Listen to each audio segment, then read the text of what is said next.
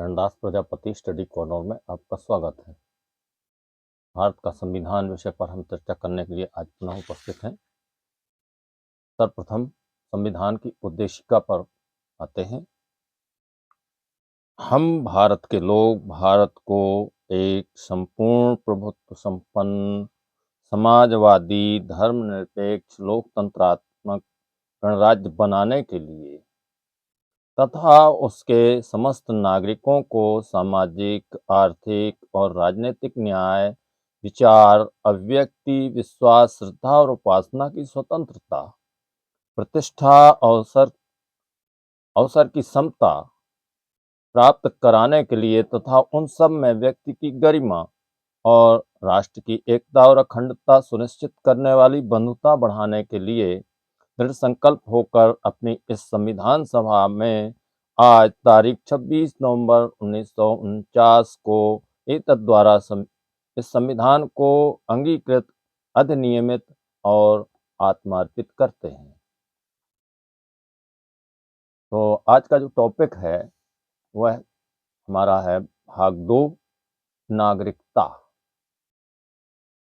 तो इस विषय पर हम वाचन शुरू करें। इससे पूर्व एक अनुरोध है कि यदि आप चैनल में नए हैं तो सब्सक्राइब करें, वीडियो में अंत तक बने रहें और आपको कैसा लगा इस पर कमेंट बॉक्स में अपने विचार अवश्य लिखें और दूसरों तक यह वीडियो पहुंचाने के लिए आप इसे शेयर करें, दूसरों तक पहुंचाएं। इसी आग्रह के साथ अब हम आज की चर्चा शुरू करते हैं। नागरिकता के संबंध में बिंदु क्रमांक 5 में संविधान के प्रारंभ पर नागरिकता। इस संविधान के प्रारंभ पर प्रत्येक व्यक्ति जिसका भारत के राज्य क्षेत्र में अधिवास है यानी निवास करता है, भारत के अंदर निवास करता है और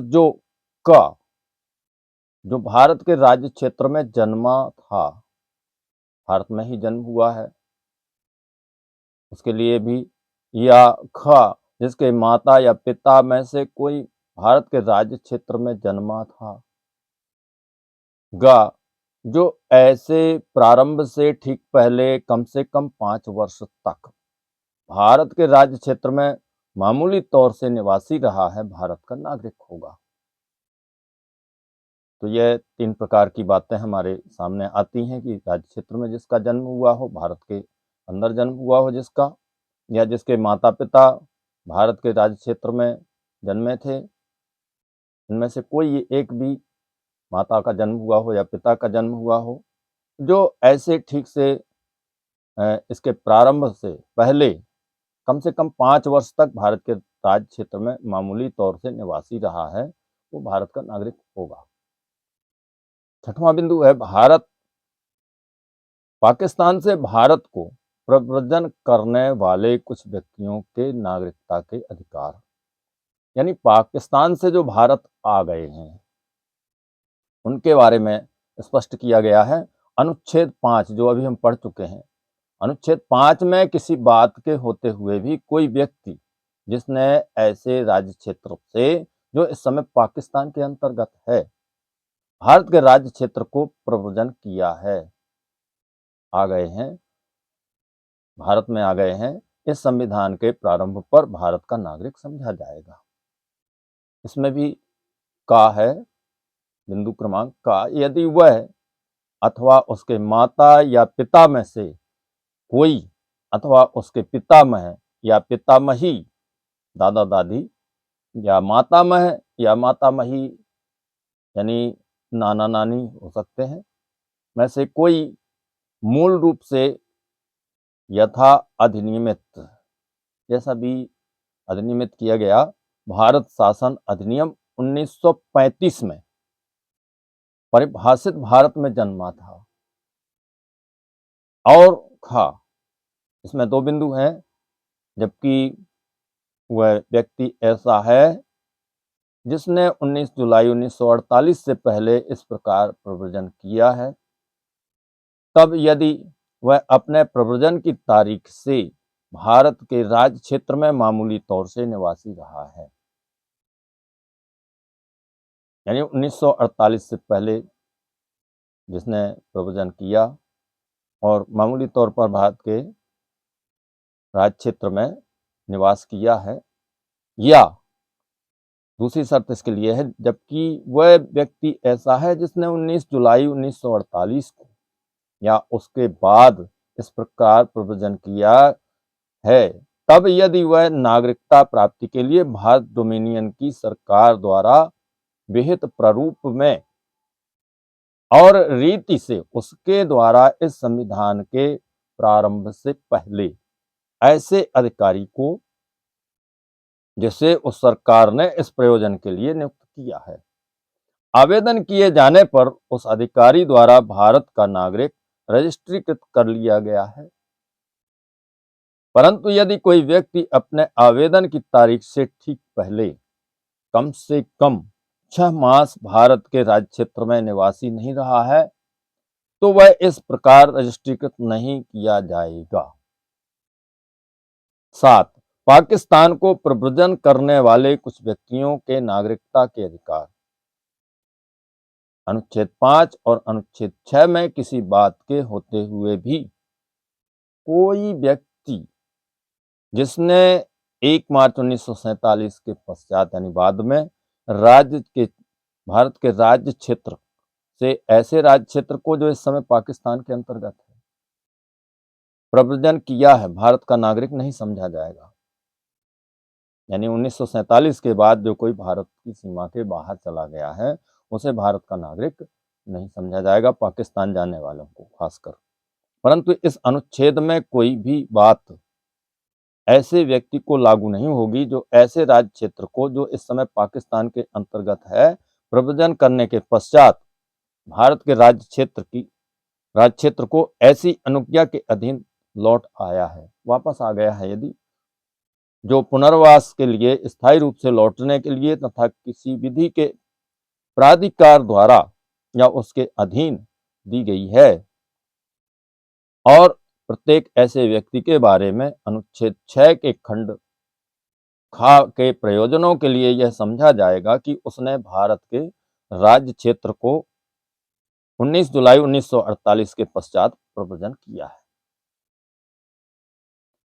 8.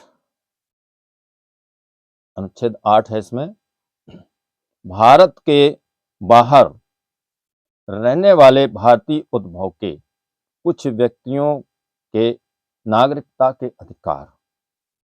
अनुच्छेद 5 जो शुरू में पढ़ा गया है, अनुच्छेद 5 में किसी बात के होते हुए भी कोई भी व्यक्ति जो या जिसके माता पिता में से कोई अथवा पितामह पितामही या मातामही में से कोई मूल रूप से यथा अधिनियमित भारत शासन अधिनियम 1935 में परिभाषित भारत में जन्मा था और इस प्रकार परिभाषित भारत के बाहर किसी देश में मामूली तौर से निवास कर रहा है, भारत का नागरिक समझा जाएगा यदि वह नागरिकता प्राप्ति के लिए भारत डोमिनियन की सरकार द्वारा या भारत सरकार द्वारा विहित प्रारूप में अपने प्रारूप में और रीति से अपने द्वारा उस देश में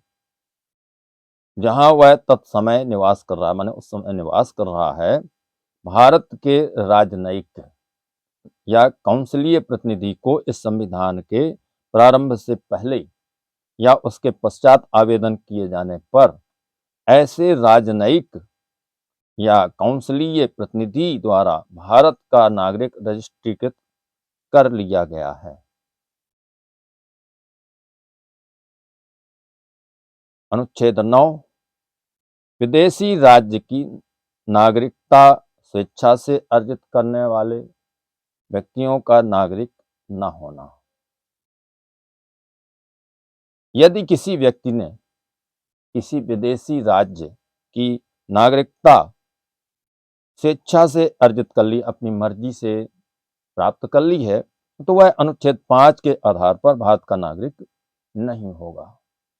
कोई व्यक्ति जापान चला गया, नेपाल चला गया, श्रीलंका चला गया, वहाँ की नागरिकता ले ली या अमेरिका, ब्रिटेन की नागरिकता ले ली है, तो वह भारत का नागरिक नहीं होगा। अथवा अनुच्छेद 6 या अनुच्छेद 8 के आधार पर भारत का नागरिक नहीं समझा जाएगा। अनुच्छेद 10 नागरिकता के अधिकारों का बना रहना। किन लोगों की नागरिकता बनी रहेगी, खत्म नहीं होगी, इस पर कहा गया है कि प्रत्येक व्यक्ति जो इस भाग के पूर्वगामी पहले के उपबंधों में से किसी के अधीन भारत का नागरिक है या समझा जाता है, ऐसी विधि के यानी कानून के उपबंधों के अधीन रहते हुए जो संसद द्वारा बनाई जाए, भारत का नागरिक बना रहेगा। अनुच्छेद 11 संसद द्वारा नागरिकता के अधिकार का विधि द्वारा अर्थात कानून द्वारा विनियमन किया जाना। इस संबंध में कहा गया है, इस भाग के पूर्वगामी उपबंधों की कोई बात नागरिकता के अर्जन और समाप्ति के तथा नागरिकता से संबंधित अन्य सभी विषयों के संबंध में उपबंध करने की संसद की शक्ति का अल्पीकरण नहीं करेगी।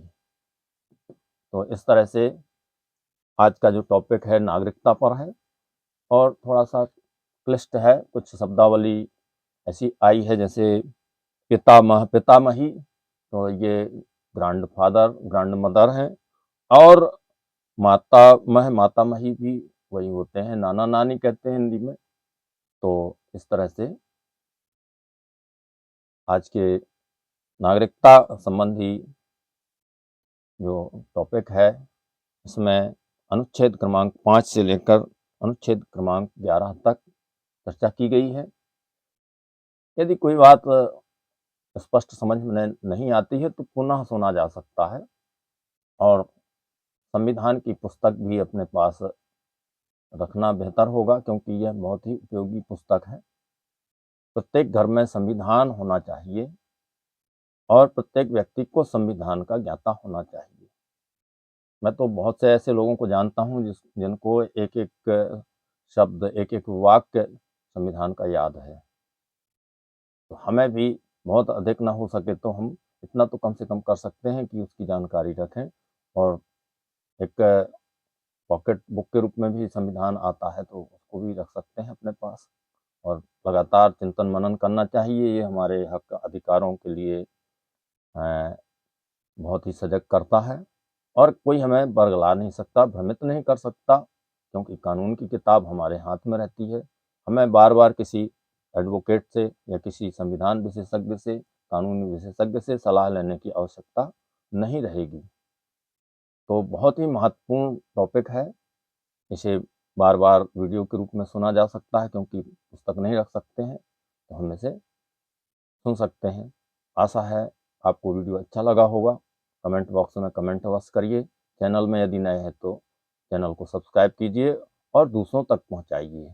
यह बहुत ही पुनीत कार्य है। इसी आग्रह के साथ हम विदा लेते हैं। बहुत बहुत साधुवाद, आभार।